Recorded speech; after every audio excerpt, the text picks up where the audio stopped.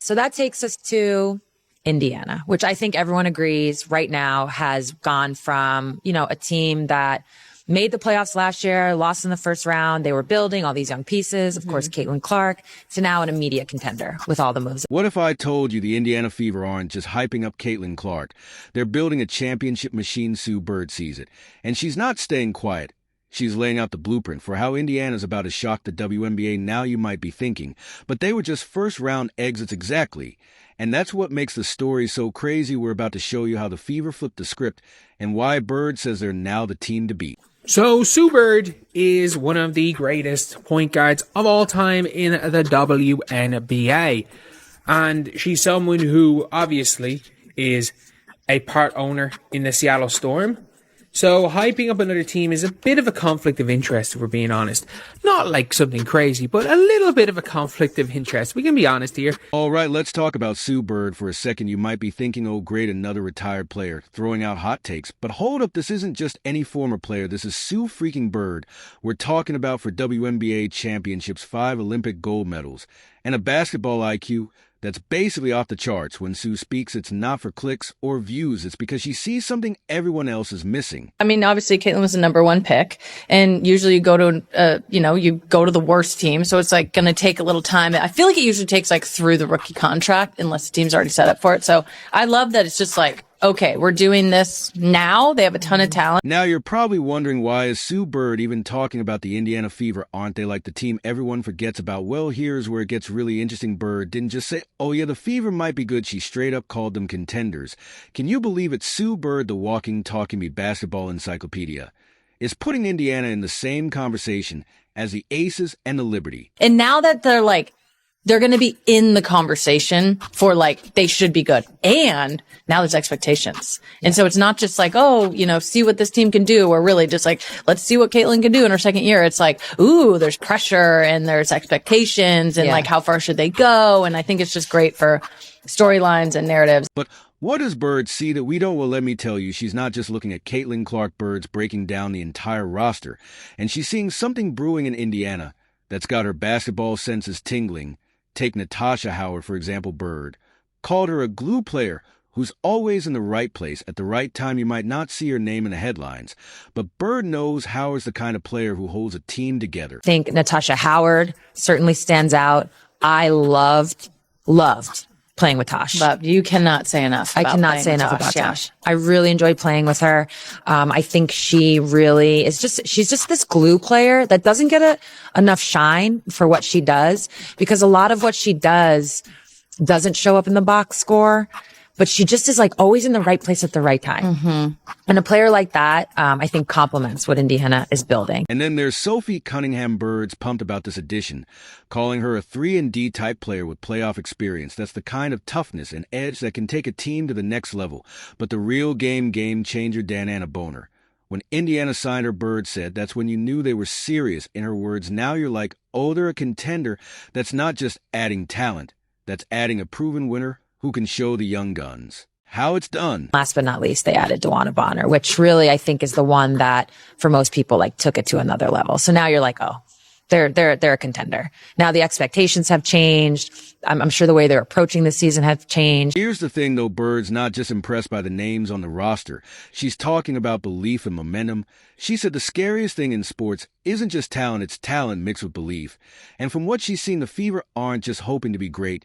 They're putting in the work to make it happen. Love what Indiana's doing, because they obviously have the most popular sports person in all of America right now. And I feel like in Caitlin Clark, obviously, to state the obvious. And usually when a very young player, I mean, she's only going to be in her second year, it just takes time to kind of get the things together and either make the trades or have the ability to make the trade or have the team around her. Obviously a lot had to, sort of fall in place. You might be thinking, okay, but is this just a bunch of random signings? Nope, Bird sees a plan here. This isn't about stacking names. It's about building a machine around Caitlin Clark that can compete for championships. Yeah, that's the big thing with Sophie Cunningham, is she is there to be basically the enforcer. She played a lot of 5 at Phoenix. She literally played 1 through 5. She guarded 1 through 5 at Phoenix. There is maybe a not more versatile glue player in the WNBA than Sophie Cunningham. All right, let's rewind for a second. Remember, when the Indiana Fever were just that team that got bounced in the first round of the playoffs. Well, guess what? They didn't just sit around feeling sorry for themselves. They got to work. And now they're not just better, they're a whole new beast. The Fever got Caitlin Clark in the 2024 draft. But that's not even half the story. They didn't stop. After one season, they have now built a war machine. Around her, let's break down the moves they made, because this is where it gets really interesting. Literally, if Natasha Howard is just acts like a freaking sprinter with mediocre stamina, she's going to become a fan favorite in Indiana. Straight up, that is. First up, Natasha Howard. She's not the player you'll see dominating SportsCenter, but she's the kind of player that makes coaches lose sleep. Howard is what we call a glue player. She does all those little things that don't show up in the box score, but when you game, she's always in the right spot, always making the smart play. That's the kind of player that turns good teams into great ones. Natasha Howard, obviously was a free agent. DeWanna Bonner, a free agent, and they've chosen to go there. So that's not always the case. But I love the organization, the team, everybody just being like, okay, we're trying to win now. But the Fever didn't stop there. They went out and got Sophie Cunningham. Now, if you've ever watched Cunningham play, you know she's not here to make friends. She's a tough as nails 3 and D player with playoff experience. That means she can knock down threes, lock up the other team's best player. And she won't back down when the game gets physical. Can you believe it? The Fever went from pushovers to having one of the grittiest players in the league. They obviously, through trade, added Sophie Cunningham, a player that, I would say a 3-and-D type player who has, been to the finals, so has that playoff experience. She's also just tough. She's mentally tough. She's physically tough. She brings an edge to them. Now here's where it gets really juicy. They added Dananna Boner.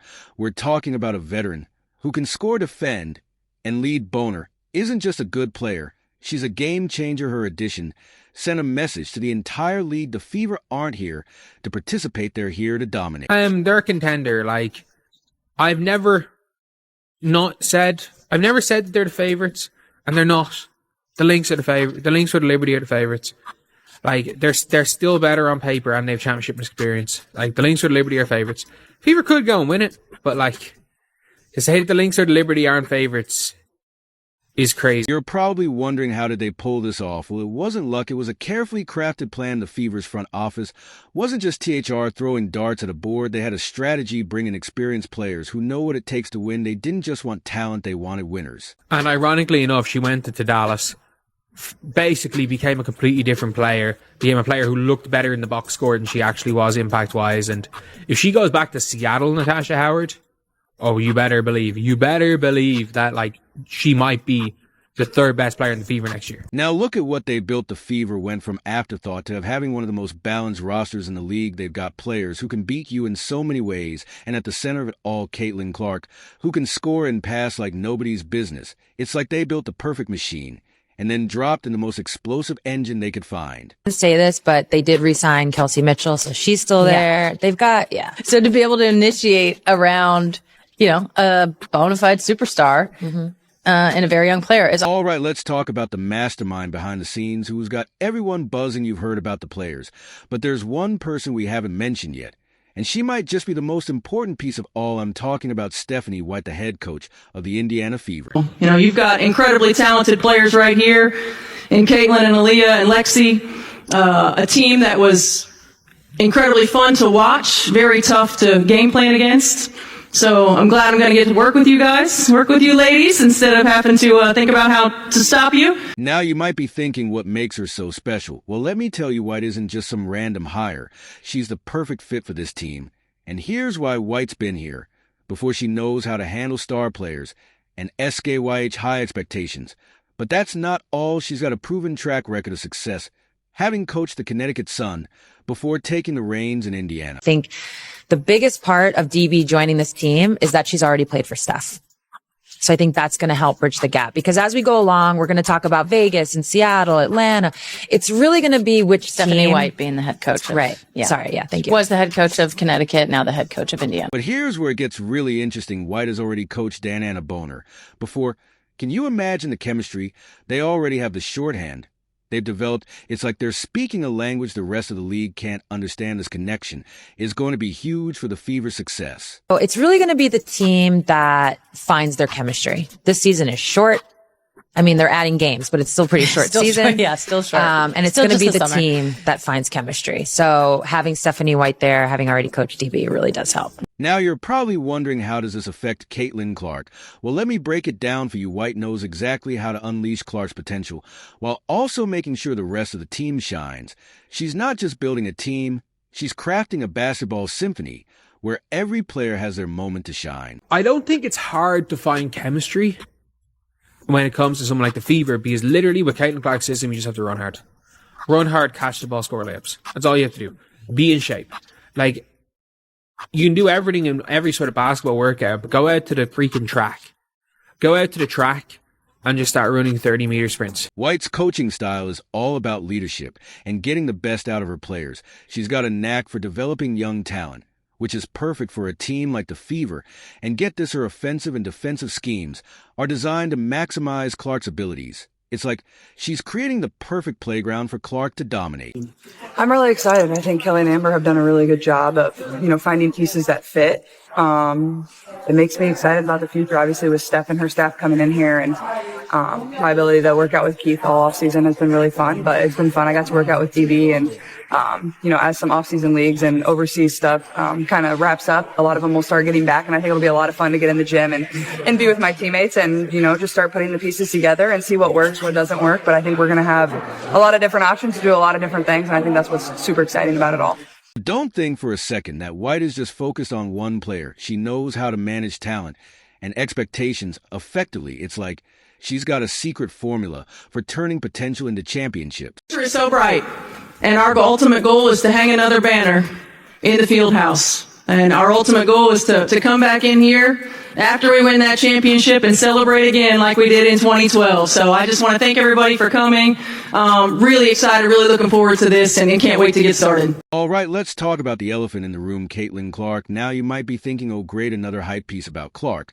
But trust me, this is different. We're not just talking about her insane scoring ability or those logo threes that make jaws drop. No, Clark brings something else to the table that's changing everything. And funnily enough, like, Natasha Howard was an all-star. I think she was an all-WNBA player and Defensive Player of the Year, playing with Sue Bird as a point guard. So she had her most success playing beside Sue Bird. And no offense to Sue Bird, Caitlin Clark, prime for prime, might already be better than Sue Bird. When Clark steps on the court, it's like flipping a switch. The energy shifts, the momentum builds, and suddenly everyone's playing at a whole new level. You know why? It's her confidence. Sue Bird, the legend herself, said it best: when Clark steps on the court, her confidence is infectious. Her teammates feel it, the fans feed off it, and the opponents feel the pressure.